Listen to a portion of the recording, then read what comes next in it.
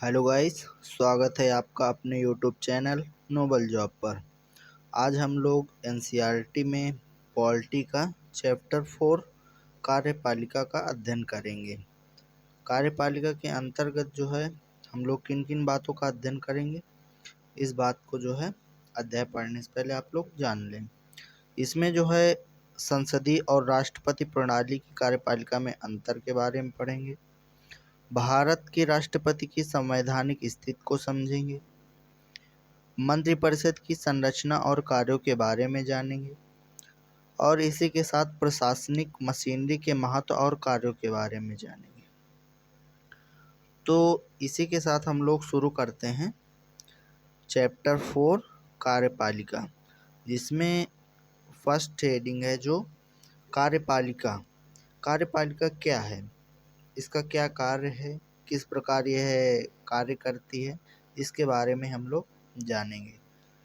तो इसमें जो है बताया गया है कि जैसे कि आपके स्कूल के प्रशासन का प्रमुख कौन है, किसी स्कूल या विश्वविद्यालय में महत्वपूर्ण निर्णय कौन लेता है, किसी भी संगठन में किसी पदाधिकारी को निर्णय लेना पड़ता है और उसे लागू करना पड़ता है। हम इस क्रिया को प्रशासन या प्रबंधन कहते हैं, लेकिन प्रशासन के लिए संगठन के शीर्ष पर एक ऐसा समूह होना चाहिए जो बड़े या नीतिगत निर्णय ले सके और दैनिक प्रशासनिक कार्यों की देखरेख तथा उनमें तालमेल कर सके। ऐसे हर संगठन में कुछ लोगों का एक समूह होता है। ये लोग उस संगठन के मुख्य प्रशासनिक या कार्यपालिका अधिकारी के रूप में कार्य करते हैं। आपने शायद बड़ी कंपनियों, बैंकों और औद्योगिक इकाइयों के प्रशासनिक अधिकारियों के बारे में सुना होगा। उनमें से कुछ पदाधिकारी नीतियों, नियमों और कायदों के बारे में निर्णय लेते हैं, तो कुछ उसे संगठन में लागू करते हैं। कार्यपालिका का अर्थ व्यक्तियों के उस समूह से है जो कायदे कानूनों को संगठन में रोजाना लागू करते हैं। सरकार के मामले में भी एक संस्था नीतिगत निर्णय लेती है और नियमों और कायदों के बारे में तय करती है, दूसरी उसे लागू करने की जिम्मेदारी निभाती है। सरकार का वह अंग जो इन नियमों कायदों को लागू करता है और प्रशासन का काम करता है, कार्यपालिका कहलाता है। कार्यपालिका के प्रमुख कार्य क्या हैं, इसके बारे में हम लोग जानें। कार्यपालिका सरकार का वह अंग है जो विधायिका द्वारा स्वीकृत नीतियों और कानूनों को लागू करने के लिए जिम्मेदार है। कार्यपालिका प्रायः नीति निर्माण में भी भाग लेती है। कार्यपालिका का औपचारिक नाम अलग अलग राज्यों में भिन्न भिन्न होता है। कुछ देशों में राष्ट्रपति होता है तो कहीं चांसलर। कार्यपालिका में केवल राष्ट्रपति, प्रधानमंत्री या मंत्री ही होते हैं, बल्कि इसके अंदर पूरा प्रशासनिक ढांचा, सिविल सेवा के सदस्य भी आते हैं। सरकार के प्रधान और उसके मंत्रियों को राजनीतिक कार्यपालिका कहते हैं और वे सरकार की सभी नीतियों के लिए उत्तरदायी होते हैं। लेकिन जो लोग रोज रोज के प्रशासन के लिए उत्तरदायी होते हैं उन्हें स्थायी कार्यपालिका कहा जाता है। इसी के साथ आगे जो है दिया हुआ है कि कार्यपालिका जो है कितने प्रकार की होती है। तो सभी देशों में एक ही तरह की कार्यपालिका नहीं होती है। आपने अमेरिका के राष्ट्रपति और इंग्लैंड की महारानी के बारे में तो सुना ही होगा, लेकिन अमेरिका के राष्ट्रपति की शक्तियां और कार्य भारत के राष्ट्रपति की शक्तियां और कार्य में बहुत अलग हैं। इसी प्रकार इंग्लैंड की महारानी की शक्तियां नेपाल के राजा से भिन्न हैं और भारत और फ्रांस दोनों ही देशों में प्रधानमंत्री हैं, पर उनकी भूमिकाएं अलग अलग हैं। ऐसा क्यों है? तो इसके बारे में जो है, जैसे इसमें दिया हुआ है कि खुद करें खुद सीखें। जैसे कि सार्क सम्मेलन या G8 देशों की बैठक की एक फ़ोटो प्राप्त करें और उन लोगों की सूची बनाएं जिन्होंने उसमें भाग लिया है। क्या आप सोच सकेंगे कि क्यों उन्हीं लोगों ने भाग लिया, अन्य लोगों ने क्यों नहीं? तो इस प्रश्न का उत्तर देने के लिए हम इनमें से कुछ देशों की कार्यपालिका की प्रकृति पर प्रकाश डालेंगे। अमेरिका में अध्यक्षात्मक व्यवस्था है और कार्यकारी शक्तियां राष्ट्रपति के पास हैं। कनाडा में संसदीय लोकतंत्र और संवैधानिक राजतंत्र है, जिसमें महारानी एलिजाबेथ द्वितीय राज्य के प्रधान और प्रधानमंत्री सरकार का प्रधान है। फ्रांस में राष्ट्रपति और प्रधानमंत्री अर्ध-अध्यक्षात्मक व्यवस्था के हिस्से हैं। राष्ट्रपति प्रधानमंत्री और अन्य मंत्रियों की नियुक्ति करता है, उन्हें पद से हटा नहीं सकता क्योंकि वे संसद के प्रति उत्तरदायी होते हैं। जापान में सदस्यीय व्यवस्था है, जिसमें राजा देश का और प्रधानमंत्री सरकार का प्रधान है।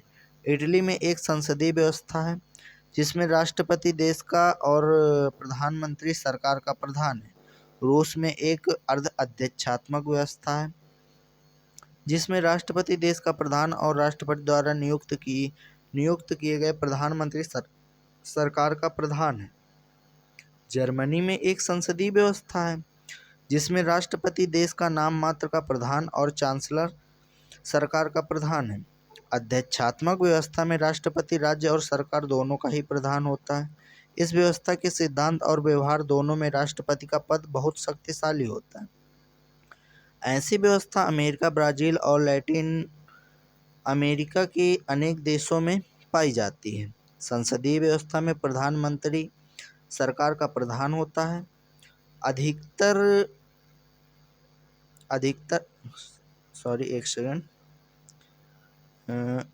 संसदीय व्यवस्थाओं में एक राष्ट्रपति या राजा होता है, जो देश का औपचारिक या नाम मात्र का प्रधान होता है। इस व्यवस्था में राष्ट्रपति या राजा की भूमिका मुख्यतः अलंकारिक होती है और प्रधानमंत्री तथा मंत्रिमंडल के पास वास्तविक शक्ति होती है। जर्मनी, इटली, जापान, इंग्लैंड और पुर्तगाल आदि देशों में यह व्यवस्था है। अर्ध-अध्यक्षात्मक व्यवस्था में राष्ट्रपति और प्रधानमंत्री दोनों होते हैं, लेकिन संसदीय व्यवस्था के विपरीत उसमें राष्ट्रपति को दैनिक कार्यों के संपादन में महत्वपूर्ण शक्तियां प्राप्त हो सकती। इस व्यवस्था में कभी-कभी राष्ट्रपति और प्रधानमंत्री दोनों ही एक दल के हो सकते हैं, लेकिन जब कभी वे अलग-अलग दलों के होते हैं तो उनमें आपस में विरोध हो सकता है। फ्रांस, रूस और श्रीलंका में ऐसी व्यवस्था है। तो इसके ऊपर दिया हुआ है जैसा कि कार्यपालिका के प्रकार किस प्रकार के हो सकते हैं, किस प्रकार जो है इसकी प्रणाली होती है, किस प्रकार ये कार्य करते हैं, तो उसके बारे में देखते हैं। तो कार्यपालिका में जो है दो प्रकार की प्रणाली आधारित होती है, जैसे सामूहिक नेतृत्व के सिद्धांत पर आधारित प्रणाली और एक व्यक्ति के नेतृत्व के सिद्धांत पर आधारित प्रणाली। अब जो सामूहिक नेतृत्व वाली प्रणाली होती है तो इसमें जो है संसदीय और अर्ध-अध्यक्षात्मक प्रकृति की यह प्रणाली होती है। इसमें संसदीय होती है, जैसे कि सरकार के प्रमुख को आमतौर पर प्रधानमंत्री कहते हैं। वह विधायिका में बहुमत वाले दल का नेता होता है। वह विधायिका के प्रति जवाबदेह होता है। देश का प्रमुख इनमें से कोई भी हो सकता है। राजा, संवैधानिक, जैसे राजा का पद जो है संवैधानिक राजतंत्र और राष्ट्रपति का संसदीय गणतंत्र, ये दोनों औपचारिक शासन प्रमुख होते हैं। और जैसा कि इसमें दिया हुआ है कि अर्ध-अध्यक्षात्मक, जैसे कि राष्ट्रपति देश का प्रमुख होता है, प्रधानमंत्री सरकार का प्रमुख होता है। दोनों का चुनाव प्रत्यक्ष मतदान से होता है। प्रधानमंत्री और उसका मंत्रिपरिषद विधायिका के प्रति जवाबदेह होता है। वहीं जो एक व्यक्ति के नेतृत्व वाली सिद्धांत आधारित प्रणाली है, उसमें अध्यक्षात्मक प्रणाली होती है, जैसे राष्ट्रपति देश का प्रमुख होता है, वहीं सरकार का भी प्रमुख होता है। राष्ट्रपति का चुनाव आमतौर पर प्रत्यक्ष मतदान से होता है। वह विधायिका के प्रति जवाबदेह नहीं होता। तो इसके बाद दिया हुआ है कि जो है मान लीजिए कि श्रीलंका में जो है अर्ध-अध्यक्षात्मक कार्यपालिका है, तो इसके बारे में हम लोग जानते हैं कि किस प्रकार यह कार्य करती है। 1978 में जो है श्रीलंका के संविधान का संशोधन करके अध्यक्षात्मक कार्यपालिका लागू की गई।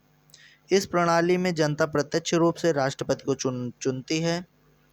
यह संभव है कि राष्ट्रपति और प्रधानमंत्री एक ही दल या अलग-अलग दलों के हों। संविधान राष्ट्रपति को व्यापक शक्तियां देता है। राष्ट्रपति संसद में बहुमत वाले दल के सदस्यों में से प्रधानमंत्री चुनता है। यद्यपि मंत्रियों के लिए संसद का सदस्य होना अनिवार्य है, लेकिन राष्ट्रपति प्रधानमंत्री और दूसरे मंत्रियों को हटा सकता है। राज्य का निर्वाचित प्रधान और सशस्त्र सेनाओं का प्रधान सेनापति होने के अतिरिक्त राष्ट्रपति सरकार का भी प्रधान होता है। राष्ट्रपति 6 वर्षों के लिए चुना जाता है और उसे संसद की कुल सदस्य संख्या के 2/3 बहुमत से पारित प्रस्ताव के द्वारा ही हटाया जा सकता है। यदि वह प्रस्ताव संसद में कम से कम आधे सदस्यों द्वारा पास किया जाए और संसद का अध्यक्ष भी संतुष्ट हो कि आरोपों में दम है, तो संसद का अध्यक्ष उसे सर्वोच्च न्यायालय को भेज सकता है। श्रीलंका के राष्ट्रपति और प्रधानमंत्री की स्थिति भारत से कैसे भिन्न है? भारत और श्रीलंका के राष्ट्रपति के महाभियोग में सर्वोच्च न्यायालय की भूमिका में तुलना करें।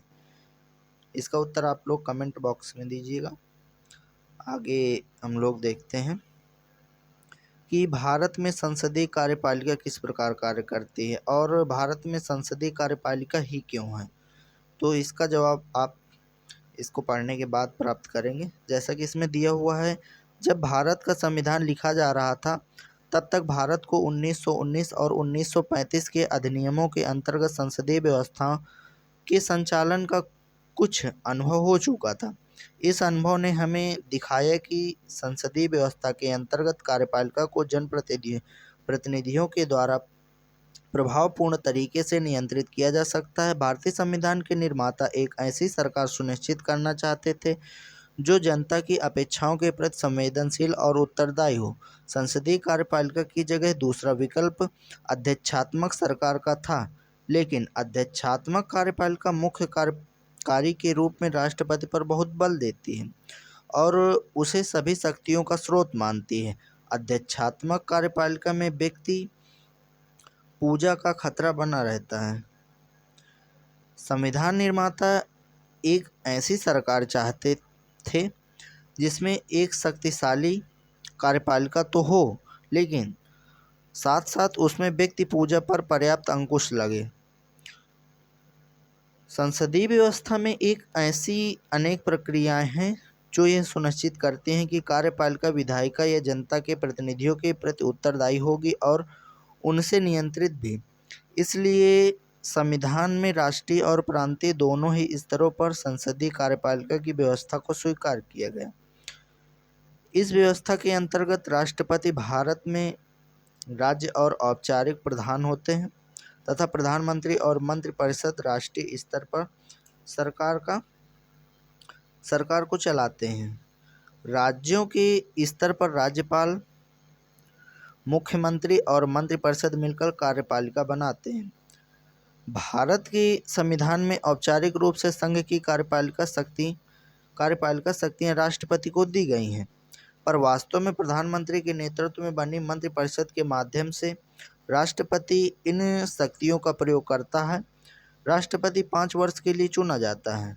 राष्ट्रपति पद के लिए सीधे जनता के द्वारा निर्वाचन नहीं होता है। राष्ट्रपति का निर्वाचन अप्रत्यक्ष तरीके से होता है। इसका अर्थ यह है कि राष्ट्रपति का निर्वाचन आम नागरिक नहीं बल्कि निर्वाचित विधायक और संसद करते हैं। यह निर्वाचन समानुपातिक प्रतिनिधित्व प्रणाली और एकल संक्रमणीय मत के सिद्धांत के अनुसार होता है। केवल संसद ही राष्ट्रपति को महाभियोग की प्रक्रिया के द्वारा उसे पद से हटा सकती है। पिछले अध्याय में हमने पढ़ा है कि इस प्रक्रिया के लिए संसद में विशेष बहुमत की जरूरत पड़ती है। महाभियोग केवल संविधान के उल्लंघन के आधार पर लगाया जा सकता है। जैसा कि आर्टिकल 74 के क्लास 1 में दिया हुआ है कि राष्ट्रपति को सहायता और सलाह देने के लिए एक मंत्रिपरिषद होगी जिसका प्रधान प्रधानमंत्री होगा। राष्ट्रपति अपने कृत्यों का प्रयोग करने में ऐसी सलाह के अनुसार कार्य करेगा, परंतु राष्ट्रपति मंत्रिपरिषद की ऐसी सलाह पर पुनर्विचार करने को कह सकता है और राष्ट्रपति ऐसे पुनर्विचार के पश्चात ही दी गई सलाह के अनुसार कार्य करेगा। ये बात जो है आर्टिकल 74 के क्लास 1 में दी हुई है। तो इस कथन में जो है जिस शब्द ही का प्रयोग किया गया है, तो क्या आप उसका अर्थ जानते हैं? आपका अर्थ यह है कि राष्ट्रपति मंत्रिपरिषद की सलाह मानने को बाध्य है। राष्ट्रपति की शक्ति पर उठे इस विवाद के कारण संविधान का संशोधन करके यह स्पष्ट कर दिया गया कि राष्ट्रपति मंत्रिपरिषद की सलाह मानने को बाध्य है। बाद में एक और संशोधन के द्वारा यह निर्णय लिया गया कि राष्ट्रपति मंत्रिपरिषद को अपनी सलाह पर एक बार पुनर्विचार करने के लिए कह सकता है, लेकिन उसे मंत्रिपरिषद के द्वारा पुनर्विचार के बाद दी गई सलाह को मानना ही पड़ेगा। नेक्स्ट दिया हुआ है कि राष्ट्रपति की जो है शक्ति और स्थिति के बारे में, राष्ट्रपति की क्या शक्तियां होती हैं इसके बारे में हम लोग जानते हैं। आप पहले ही पढ़ चुके हैं कि राष्ट्रपति सरकार का औपचारिक प्रधान होता है। उसे औपचारिक रूप से बहुत सी कार्यकारी, विधायी, कानूनी और आपात शक्तियां प्राप्त हैं। संसदीय व्यवस्था में राष्ट्रपति वास्तव में इन शक्तियों का प्रयोग मंत्रिपरिषद की सलाह पर ही करता है। प्रधानमंत्री और मंत्रिपरिषद को लोकसभा में बहुमत प्राप्त होता है और वे ही वास्तविक कार्यकारी हैं। अधिकतर मामलों में राष्ट्रपति को मंत्रिपरिषद की सलाह माननी पड़ती है। जैसा कि इसमें दिया हुआ है कि हमने राष्ट्रपति को कोई वास्तविक शक्ति नहीं दी है, लेकिन उसके पद को प्रभुतापूर्ण और गरिमामय बनाया है। संविधान उसे ना तो वास्तविक कार्यकारी बनाना चाहता है और ना ही एकदम नाम मात्र का प्रधान। संविधान उसे एक ऐसा प्रधान बनाना चाहता है और ना शासन उसे यह महान संवैधानिक प्रधान बनाना चाहता है। अब राष्ट्रपति के विशेषाधिकार क्या हैं, राष्ट्रपति को कौन कौन सी जो है विशेष शक्तियां प्राप्त हैं, इसके बारे में हम लोग जानेंगे। इन बातों की चर्चा के बाद क्या हम यह निष्कर्ष निकाल सकते हैं कि किसी भी परिस्थिति में राष्ट्रपति को कोई विशेष अधिकार प्राप्त नहीं है? यह एक गलत मूल्यांकन होगा। संवैधानिक रूप से राष्ट्रपति को सभी महत्वपूर्ण मुद्दों और मंत्रिपरिषद की कार्यवाही के बारे में सूचना प्राप्त करने का अधिकार है। प्रधानमंत्री का यह कर्तव्य है कि वह राष्ट्रपति द्वारा मांगी गई सभी सूचनाएं उसे दे। राष्ट्रपति प्रायः प्रधानमंत्री को पत्र लिखता है और देश की समस्याओं पर अपने विचार व्यक्त करता है। और इसके अतिरिक्त जो है कम से कम 3 अन्य अवसरों पर राष्ट्रपति अपने विशेषाधिकार का प्रयोग करता है।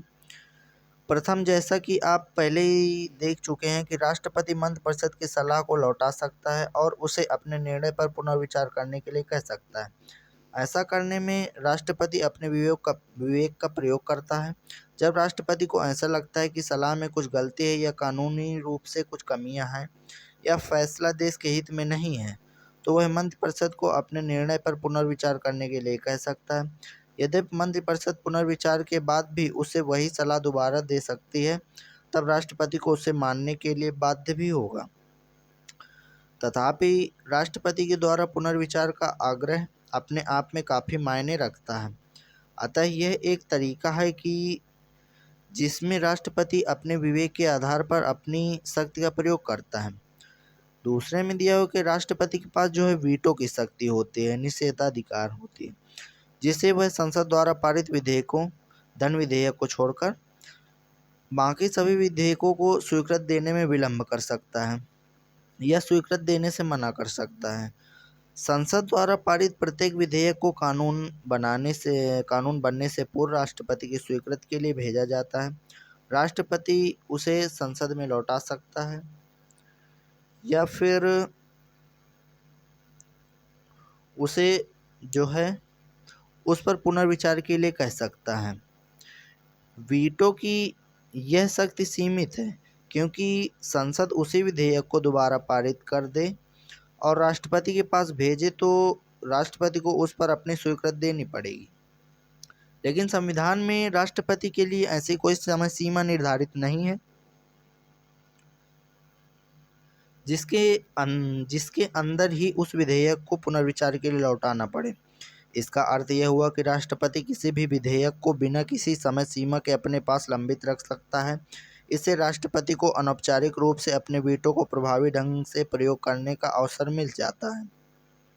कई बार इसे पॉकेट वीटो भी कहा जाता है। अब तीसरा प्रकार है जिसमें दिया हुआ है कि राजनीतिक परिस्थितियां के कारण पैदा होता है औपचारिक रूप से राष्ट्रपति प्रधानमंत्री की नियुक्ति करता है। सामान्यतः अपनी संसदीय व्यवस्था में लोकसभा के बहुमत दल के नेता को प्रधानमंत्री के रूप में नियुक्त किया जाता है, इसलिए उसकी नियुक्ति में राष्ट्रपति के विशेषाधिकार का कोई प्रश्न ही नहीं। लेकिन उस परिस्थिति में कल्पना करें कि जिसमें चुनाव के बाद किसी भी नेता को लोकसभा में बहुमत प्राप्त न हो। इसके अतिरिक्त यह भी सोचें कि यदि गठबंधन बनाने के प्रयासों के बाद भी 2 या 3 नेता यह दावा करें कि उन्हें लोकसभा में बहुमत प्राप्त है, तो क्या होगा? तब राष्ट्रपति को यह निर्णय करना पड़ता है कि किसे प्रधानमंत्री नियुक्त करें। इस परिस्थिति में राष्ट्रपति को अपने विशेषाधिकार का प्रयोग कर यह निर्णय लेना होता है कि किसे बहुमत का समर्थन प्राप्त है, यह कौन सरकार बना सकता है, सरकार चला सकता है।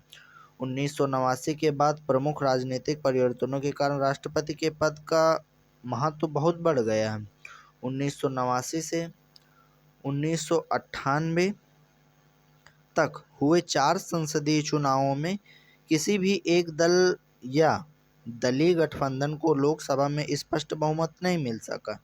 इन परिस्थितियों की मांग थी कि राष्ट्रपति हस्तक्षेप करके या तो सरकार का गठन कराए या फिर प्रधानमंत्री द्वारा लोकसभा में बहुमत सिद्ध न कर पाने के बाद उसकी सलाह पर लोकसभा भंग कर दे। अतः यह कहा जा सकता है कि राष्ट्रपति का विशेषाधिकार राजनीतिक परिस्थितियों पर आधारित होता है।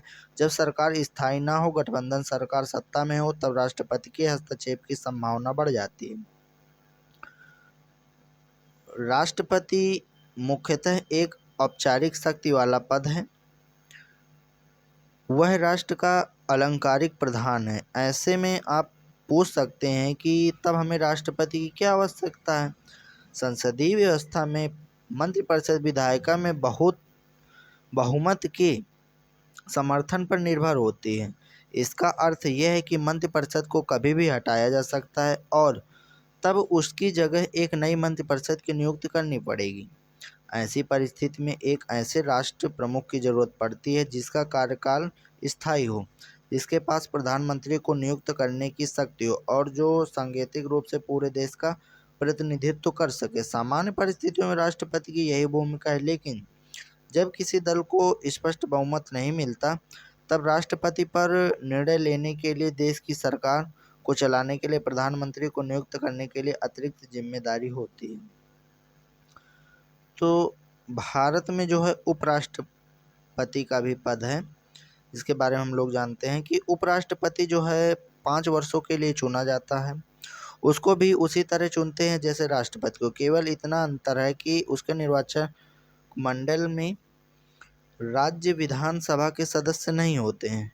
उपराष्ट्रपति के जो निर्वाचक मंडल में जो है राज्य विधानसभा के सदस्य नहीं होते।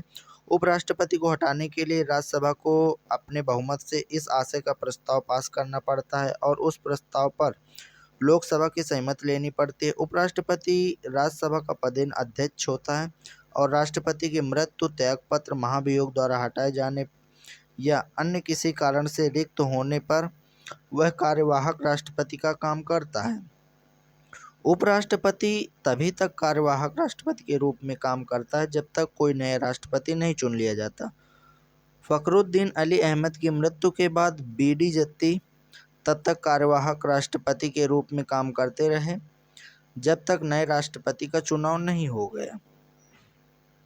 इसके ऊपर दिया हुआ था एक पॉइंट कि प्रधानमंत्री की नियुक्ति में जो है राष्ट्रपति की क्या भूमिका होती है। 1977 के बाद भारत की दलीय राजनीति में प्रतिस्पर्धा काफ़ी बढ़ गई और ऐसे अनेक उदाहरण हैं जब लोकसभा में किसी भी दल को बहुमत नहीं मिला। इन परिस्थितियों में राष्ट्रपति ने क्या किया? मार्च 1998 में चुनाव में किसी भी दल या दलीय गठबंधन को बहुमत नहीं मिला। भाजपा और उसके सहयोगी दलों को कुल 251 सीटें मिली, जो बहुमत से 21 कम थी। राष्ट्रपति नारायणन ने एक लंबी प्रक्रिया अपनाई। उन्होंने गठबंधन के नेता अटल बिहारी वाजपेयी से अपने दावे के समर्थन में संबंधित राजनीतिक दलों के दस्तावेज प्रस्तुत करने को कहा। इससे भी आगे जाकर राष्ट्रपति ने वाजपेयी को पद ग्रहण करने के मात्र 10 दिनों के भीतर विश्वास मत प्राप्त करने को कहा। तो यहाँ पर जो है प्रधानमंत्री की नियुक्ति में जो है राष्ट्रपति की भूमिका बढ़ जाती है। नेक्स्ट हम लोग देखते हैं आगे क्या दिया हुआ है कि जो है प्रधानमंत्री और मंत्रिपरिषद का किस प्रकार कार्य है और किस प्रकार वह अपने कार्य के लिए उत्तरदायी होती है, तो इसका हम विस्तृत अध्ययन करेंगे। इसमें दिया हुआ है कि भारत के प्रधानमंत्री पद का उल्लेख भारत के प्रधानमंत्री का उल्लेख किए बिना भारतीय सरकार या राजनीति की कोई चर्चा नहीं हो सकती। क्या आप सोच सकते हैं कि ऐसा क्यों? तो इस अध्याय में आप पहले ही पढ़ चुके हैं कि राष्ट्रपति केवल मंत्रिपरिषद की सलाह पर ही अपनी शक्तियों का प्रयोग करता है। प्रधानमंत्री इस मंत्रिपरिषद का प्रधान है, अतः मंत्रिपरिषद के प्रधान के रूप में प्रधानमंत्री अपने देश की सरकार का सबसे महत्वपूर्ण पदाधिकारी होता है। संसदीय शासन में यह जरूरी है कि प्रधानमंत्री को लोकसभा में बहुमत प्राप्त हो। बहुमत का यह समर्थन भी प्रधानमंत्री को बहुत शक्तिशाली बना देता है। जैसे ही प्रधानमंत्री बहुमत का समर्थन खो देता है, वह अपना पद भी खो देता है। स्वतंत्रता के बाद कई वर्षों तक कांग्रेस पार्टी का लोकसभा में बहुमत बना रहा, जिससे उसी का नेता प्रधानमंत्री बनता रहा। 1989 में अनेक ऐसे अवसर आए जब लोकसभा में किसी भी दल को बहुमत नहीं मिला। अनेक राजनीतिक दलों को तालमेल कर गठबंधन बनाना पड़ा, जिसे लोकसभा में बहुमत प्राप्त हो। इस परिस्थिति में जो नेता सहयोगी दलों को अधिकतर स्वीकार होता है, वह प्रधानमंत्री बनता है। औपचारिक रूप से जिस नेता को लोकसभा में बहुमत का समर्थन प्राप्त होता है, राष्ट्रपति उसे प्रधानमंत्री नियुक्त करता है। प्रधानमंत्री तय करता है कि उसकी मंत्रिपरिषद में कौन लोग मंत्री होंगे। प्रधानमंत्री विभिन्न मंत्रियों के पद, स्तर और मंत्रालयों का आवंटन करता है। मंत्रियों को उनकी वरिष्ठता और राजनीतिक महत्व के अनुसार मंत्रिमंडल का मंत्री, राज्य मंत्री या उप मंत्री बनाया जाता है। इसी प्रकार राज्यों में मुख्यमंत्री अपने दल या सहयोगी दलों से मंत्री चुनते हैं। प्रधानमंत्री और सभी मंत्रियों के लिए संसद का सदस्य होना अनिवार्य है। संसद का सदस्य हुए बिना यदि कोई व्यक्ति मंत्री या प्रधानमंत्री बन जाता है, तो उसे 6 महीने के भीतर ही संसद का सदस्य के रूप में निर्वाचित होना पड़ता है। 6 महीने के अंतर्गत ही जो है उसे सदस्यता लेनी होती है। संविधान में अनेक सदस्यों का विचार था कि मंत्रियों का चयन विधायिका को करना चाहिए, न कि प्रधानमंत्री या मुख्यमंत्री को। मेरे दृष्टिकोण में प्रांतों के लिए वह स्विस प्रणाली सर्वोत्तम व्यवस्था है, जिसमें विधायिका कार्यपालिका को एक निश्चित समय के लिए चुनती है। एकल संक्रमणीय मत प्रणाली वह सर्वोत्तम व्यवस्था है जो कार्यपालिका को नियुक्ति के लिए प्रयोग की जाती है, क्योंकि उसमें सभी हितों का प्रतिनिधित्व होगा और विधायिका का भी दल यह महसूस न कर सकेगा कि उसका प्रतिनिधित्व नहीं है। ऐसा जो है बेगम एजाज रसूल ने कहा है संविधान के वाद विवाद खंड में। नेक्स्ट हम लोग देखते हैं मंत्रिपरिषद का आकार क्या हो सकता है। मंत्रिपरिषद किस प्रकार कार्य करती है और इसका आकार क्या है, किस प्रकार जो है यह कार्य अपना जो है कार्य निर्वहन करती है। तो हम लोग इसके बारे में देखते हैं। संविधान के 91वें संविधान संशोधन अधिनियम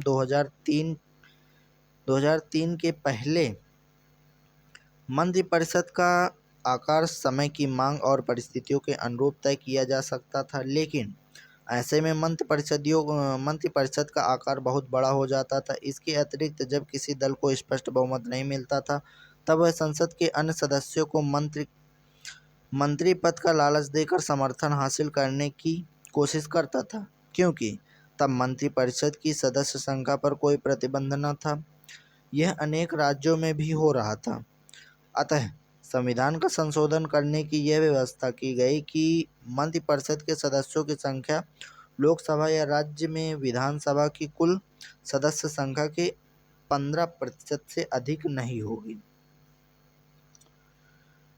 तो आगे दिया हुआ है कि इसमें जो है विधायिका वाले अध्याय में आप विस्तार से उन तरीकों के बारे में पढ़ेंगे जिनसे संसद कार्यपालिका को नियंत्रित करती है। लेकिन हमें याद रखना चाहिए कि संसदीय शासन की सबसे बड़ी विशेषता यह है कि कार्यपालिका सतत रूप से विधायिका के नियंत्रण में देखरेख में रहती है। मंत्रिपरिषद लोकसभा के प्रति सामूहिक रूप से उत्तरदायी है। इस प्रावधान का अर्थ है कि जो सरकार लोकसभा में विश्वास खो देती है उसे त्यागपत्र देना पड़ता है। मतलब जिसका बहुमत समाप्त हो जाता है उसे जो है इस्तीफा देना अनिवार्य हो जाता है। साधारण भाषा में हम ये कह सकते हैं। तो इस सिद्धांत के अनुसार जो है मंत्रिपरिषद संसद की एक कार्यकारी समिति है और वह संसद के प्रतिनिधि के रूप में सामूहिक रूप से शासन करती है। सामूहिक उत्तरदायित्व मंत्रिमंडल की एकजुटता के सिद्धांत पर आधारित है। इसकी भावना यह है कि यदि किसी एक मंत्री के विरुद्ध भी अविश्वास प्रस्ताव पारित हो जाए तो संपूर्ण मंत्रिपरिषद को त्यागपत्र देना पड़ता है, जैसा कि ऊपर आप लोग जान चुके हैं। इसका अर्थ यह भी है कि यदि कोई मंत्री मंत्रिमंडल की नीति या निर्णय से सहमत नहीं है तो उसे उस निर्णय को स्वीकार कर लेना चाहिए या त्यागपत्र दे देना चाहिए। जिस नीति के बारे में सामूहिक उत्तरदायित्व तो उसे मानना या उसे लागू करना सभी मंत्रियों के लिए जरूरी है। भारत में प्रधानमंत्री का सरकार में स्थान सर्वोपरि है। बिना प्रधानमंत्री के मंत्रिपरिषद का कोई अस्तित्व नहीं है। मंत्रिपरिषद तभी अस्तित्व में आती है जब प्रधानमंत्री अपने पद का शपथ ग्रहण कर लेता है। प्रधानमंत्री की मृत्यु या त्यागपत्र से पूरी मंत्रिपरिषद भंग हो जाती है, जबकि किसी मंत्री की मृत्यु हटाए जाने या त्यागपत्र के कारण मंत्रिपरिषद में केवल एक स्थान खाली होता है। प्रधानमंत्री एक तरफ मंत्रिपरिषद तथा दूसरी ओर राष्ट्रपति और संसद के बीच एक सेतु का काम करता है। इसी भूमिका के कारण पंडित नेहरू ने प्रधानमंत्री को सरकार के केंद्रीय धुरी की संज्ञा दी थी। प्रधानमंत्री का यह संवैधानिक दायित्व भी है कि वह सभी संघीय मामलों में प्रशासन और प्रस्तावित कानूनों के बारे में राष्ट्रपति को सूचित करे।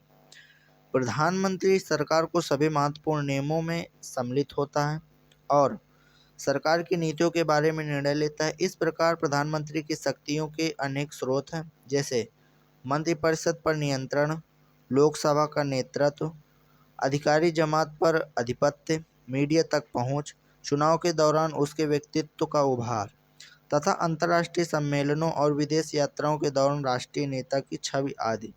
लेकिन प्रधानमंत्री की शक्तियां और उनका प्रयोग तत्कालीन राजनीतिक परिस्थितियों पर निर्भर करता है। जबकि किसी एक राजनीतिक दल को लोकसभा में बहुमत मिला तब प्रधानमंत्री और मंत्रिमंडल की शक्तियां निर्विवाद रहीं, परंतु जब राजनीतिक दलों के गठबंधन की सरकारें बनी तब ऐसा नहीं रहा। 1989 से हमने भारत में अनेक गठबंधन सरकारों को देखा। इनमें से कई सरकारें लोकसभा की पूरी अवधि के लिए सत्ता में न रह सकी। बहुमत समाप्त होने के कारण उन्होंने त्यागपत्र दे दिया या वे हटा दी गई। इन घटनाओं से संसदीय व्यवस्था का कामकाज प्रभावित हुआ है। इस सिलसिले में पहली बात तो यह है कि इन घटनाओं में प्रधानमंत्री के चयन में राष्ट्रपति के विशेषाधिकार की भूमिका बढ़ी है।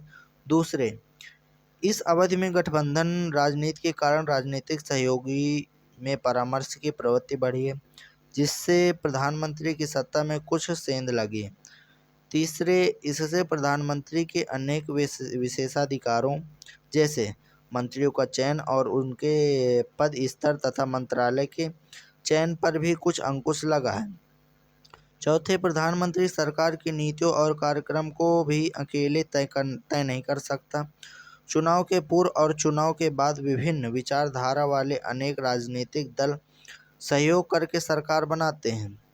सहयोगी दलों के बीच काफ़ी बातचीत और समझौते के बाद ही नीतियाँ बन पाती हैं। इस पूरी प्रक्रिया में प्रधानमंत्री को एक नेता से अधिक एक मध्यस्थ की भूमिका निभानी पड़ती है। कुछ एक बदलावों के साथ राज्यों में भी ठीक इसी प्रकार जो है लोकतांत्रिक कार्यपालिका होती है। सबसे महत्वपूर्ण अंतर यह है कि राज्य में एक राज्यपाल होता है जो केंद्रीय सरकार की सलाह पर राष्ट्रपति के द्वारा नियुक्त किया जाता है। मतलब कि राज्यपाल की जो है नियुक्त राष्ट्रपति के द्वारा होती है। यद्यपि प्रधानमंत्री की ही तरह मुख्यमंत्री भी विधानसभा में बहुमत दल का नेता बहुमत दल का नेता है, पर राज्यपाल के पास ज़्यादा विवेकाधीन शक्तियाँ होती हैं। बहरहाल, राज्य के स्तर पर संसदनात्मक व्यवस्था के प्रमुख सिद्धांत लागू होते हैं। इसी के साथ हम लोग देखते हैं कि स्थायी कार्यपालिका और नौकरशाही में जो है किस प्रकार का भेद है। तो शासन के कार्यकारी अंग के प्रधानमंत्री, मंत्रीगण और नौकरशाही या प्रशासनिक मशीनरी का एक विशाल संगठन सम्मिलित होता है। इस ढांचे का सैन्य सेवाओं में अंतर करने के लिए इसे नागरिक सेवा कहते हैं।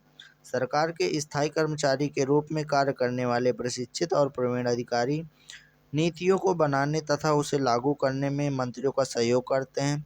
लोकतंत्र में निर्वाचित प्रतिनिधि और मंत्रीगण सरकार के प्रभारी होते हैं और प्रशासन उनके नियंत्रण और देखरेख में होता है। संसदीय प्रशासन में विधायिका प्रशासन को नियंत्रित करती है। यह मंत्री की जिम्मेदारी है कि प्रशासन का राजनीतिक नियंत्रण बनाए रखे। भारत में एक दक्ष प्रशासनिक मशीनरी मौजूद है, लेकिन यह मशीनरी राजनीतिक रूप में उत्तरदायी है। नौकरशाही से यह भी अपेक्षा की जाती है कि वह राजनीतिक रूप से तटस्थ हो। इसका अर्थ यह है कि नौकरशाही नीतियों पर विचार करते समय किसी राजनीतिक दृष्टिकोण का समर्थन नहीं करेगी। प्रजातंत्र में यह संभव है कि कोई भी पार्टी चुनाव में हार जाए या नई सरकार पिछली सरकार की नीतियों की जगह नई नीतियां अपनाना चाहे। ऐसी स्थिति में प्रशासनिक मशीनरी की जिम्मेदारी है कि वह नई सरकार को अपनी नीति बनाने और उसे लागू करने में मदद करे। आज भारतीय नौकरशाही का स्वरूप बहुत जटिल हो गया है।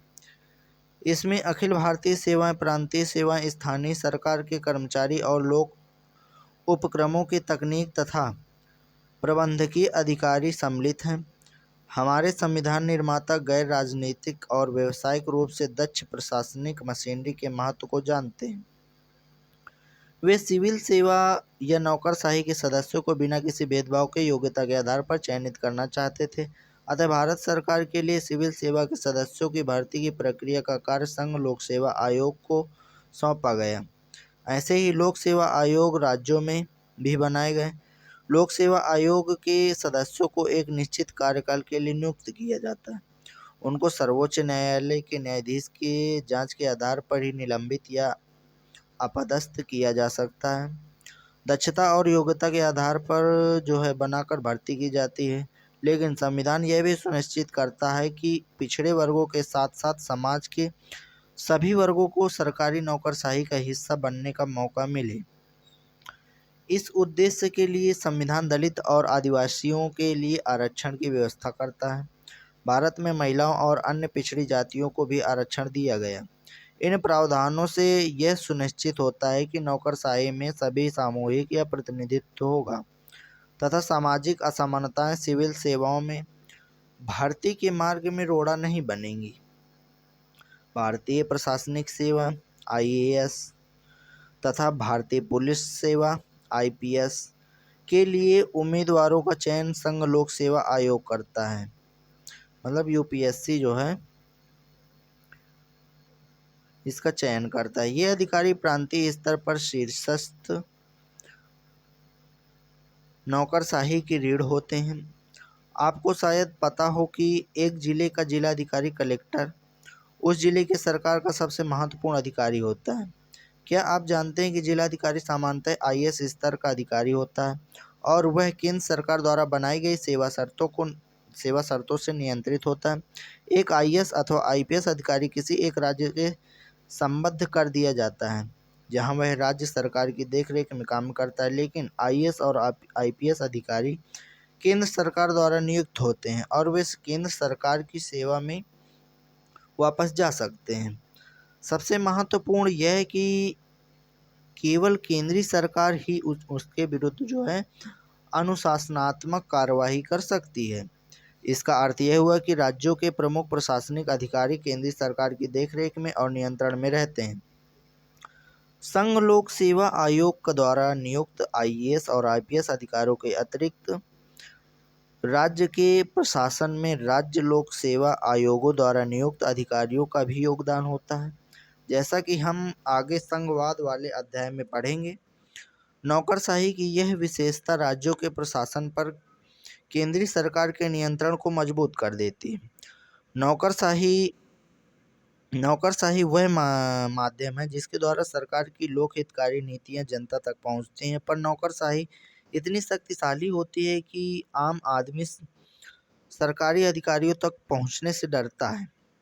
यह लोगों का आम अनुभव है कि नौकरशाही सामान्य नागरिकों की मांगों और आशाओं के प्रति संवेदनशील नहीं होती, लेकिन जब लोकतांत्रिक ढंग से चुनी हुई सरकार नौकरशाही को नियंत्रित करती है, तब इसमें से कुछ समस्याओं को प्रभावी तरीके से हल किया जा सकता है। वहीं दूसरी ओर ज़्यादा राजनीतिक हस्तक्षेप से नौकरशाही राजनीतिज्ञों के हाथ का खिलौना बन जाती है। हालांकि संविधान ने भर्ती के लिए एक स्वतंत्र मशीनरी बनाया है, लेकिन अनेक लोगों का मानना है कि सरकारी कर्मचारी को अपने कार्यों के संपादन में राजनीतिक हस्तक्षेप से बचाने की कोई व्यवस्था नहीं है। यह भी महसूस किया जाता है कि जनता के प्रति नौकरशाही का उत्तरदायित्व सुनिश्चित करने के लिए पर्याप्त प्रावधान नहीं है, पर यह आशा की जाती है कि सूचना का अधिकार जैसे कदम नौकरशाही को और अधिक उत्तरदायी और संवेदनशील बना सकेंगे। अब सिविल सर्वेंट जो है किस प्रकार जो है इनका वर्गीकरण किया गया है, ये हम लोग देख लेते हैं। सिविल सेवाओं का वर्गीकरण जो है 3 प्रकार से किया गया है, जैसे अखिल भारतीय सेवाएं, भारतीय प्रशासनिक सेवा, भारतीय पुलिस सेवा, और केंद्रीय सेवाओं में भारतीय विदेश सेवा, भारतीय सीमा शुल्क सेवा। प्रांतीय सेवाओं में जो है डिप्टी कलेक्टर, बिक्री कर अधिकारी, इस प्रकार जो है इसका वर्गीकरण किया गया है। तो लास्ट में हम लोग निष्कर्ष पर पहुंचते हैं। तो इससे क्या पूरा निष्कर्ष कंक्लूजन निकलता है, देखते हैं। आधुनिक कार्यपालिका सरकार की एक अत्यंत शक्तिशाली संस्था है। सभी प्रकार की सरकारों में सरकार के अन्य अंगों की अपेक्षा कार्यपालिका ज़्यादा शक्तिशाली होती है। इससे कार्यपालिका पर लोकतांत्रिक नियंत्रण की आवश्यकता बढ़ जाती है। हमारे संविधान निर्माताओं की यह दूरदृष्टि ही थी कि उन्होंने कार्यपालिका को विधायिका के नियमित नियंत्रण और देखरेख में रखा। इस प्रकार एक संसदीय कार्यपालिका का चयन किया गया। समय समय पर होने वाले चुनाव व्यक्तियों के प्रयोग पर संवैधानिक अंकुशों और लोकतांत्रिक राजनीति में यह सुनिश्चित किया है कि भारत में कार्यपालिका उत्तरदायी न होगी। तो यहीं से हमारा ये चैप्टर समाप्त होता है। तो थैंक यू गाइस। अगर वीडियो अच्छी लगी हो तो चैनल को सब्सक्राइब करें, वीडियो को लाइक करें। Thank you.